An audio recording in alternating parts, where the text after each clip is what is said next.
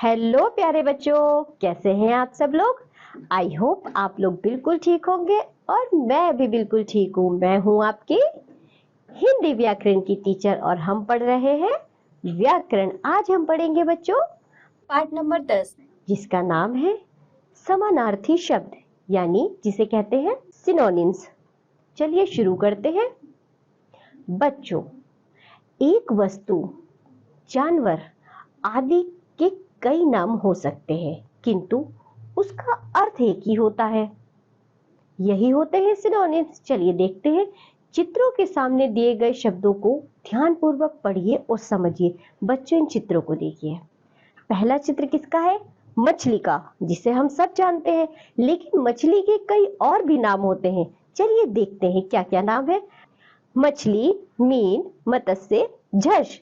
तो बच्चों, मछली को मछली के अलावा भी कई अन्य नामों से जाना जाता है।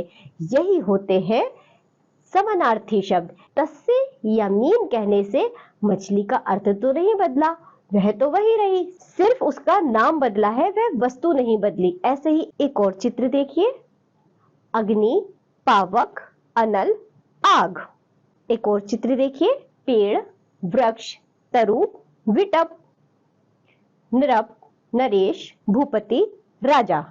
तो बच्चों, यहाँ हमने जो 4 तस्वीरें देखी हैं, उसमें हमने एक के अलावा और अन्य नामों से भी उन्हें जाना जाता है, यही समझा।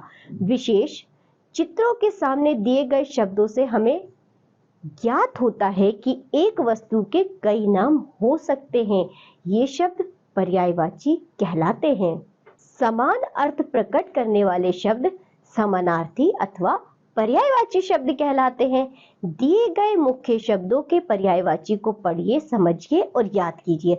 बच्चों, यहाँ एक शब्द और उनके पर्यायवाची दिए गए हैं, जिन्हें हम पढ़ते हैं और आप लोगों को याद भी करने हैं। चलिए देखते हैं। चंद्रमा, चंद्रमा को और क्या क्या कहते हैं? शशि, सुधाकर, चांद। हवा, अनिल, पवन, वायु। धरती, पृथ्वी, भूमि, धरा। जल, अंबु, नीर, पानी। पुत्री, बेटी, सुता, कन्या। पुत्र, बेटा, सुत, तने। अमृत, सुधा, सोम, पीयूष। सांप, नाग, विषधर, सर्प। कृष्ण, केशव, माधव, मोहन।